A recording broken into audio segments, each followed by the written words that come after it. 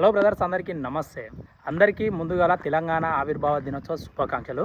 So Telangana ఆవిర్భావంలో కీలక పాత్ర పోషించినటువంటి అనేక మంది ఉద్యమకారులకి, తమ ఆత్మలను బలిదానాలుగా ఇచ్చిన అనేక మంది అమరవీరులకి వాళ్ళకి పాదాభివందనాలు చేస్తున్నాం. సో తెలంగాణ ఉద్యమంలో మేము కూడా పాల్గొన్నాం.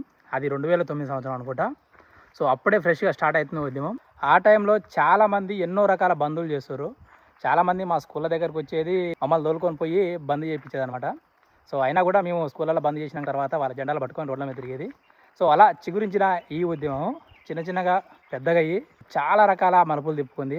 ఎంతోమంది ఉద్యమకారులు అలుపెరగారి పోరాటం చేసి, సో ఎన్నో ధర్నాలు చేసి, ఎన్నో సభలు పెట్టి, ఎన్నో పాటలు పాడి, ఎంతోమంది కళాకారులను పిలిచి సో రకరకాల ఉద్యమాలు అయితే చేశారు.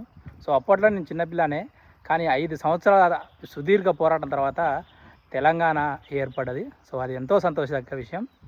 ఇంకో విషయం ఏంటంటే, ఈ పోరాటంలో కొన్ని పాపులర్ సాంగ్స్ అయితే బాగా జనాలను అయితే మోటివేట్ చేసినాయి.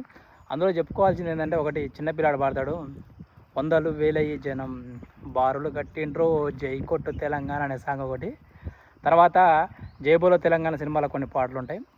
ఇంకా గద్దరన్న పాట, పొడుస్తున్న పొద్దు మీద నడుస్తున్న కాలమా అనే సాంగ్ ఒకటి.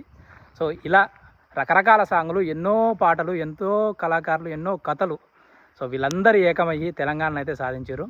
సో ఈ తెలంగాణ ఉద్యమంలో మీ పాత్ర ఏంది, మీరు ఏం చేసిరు అనేది కామెంట్ రూపంలో కామెంట్ చేయండి.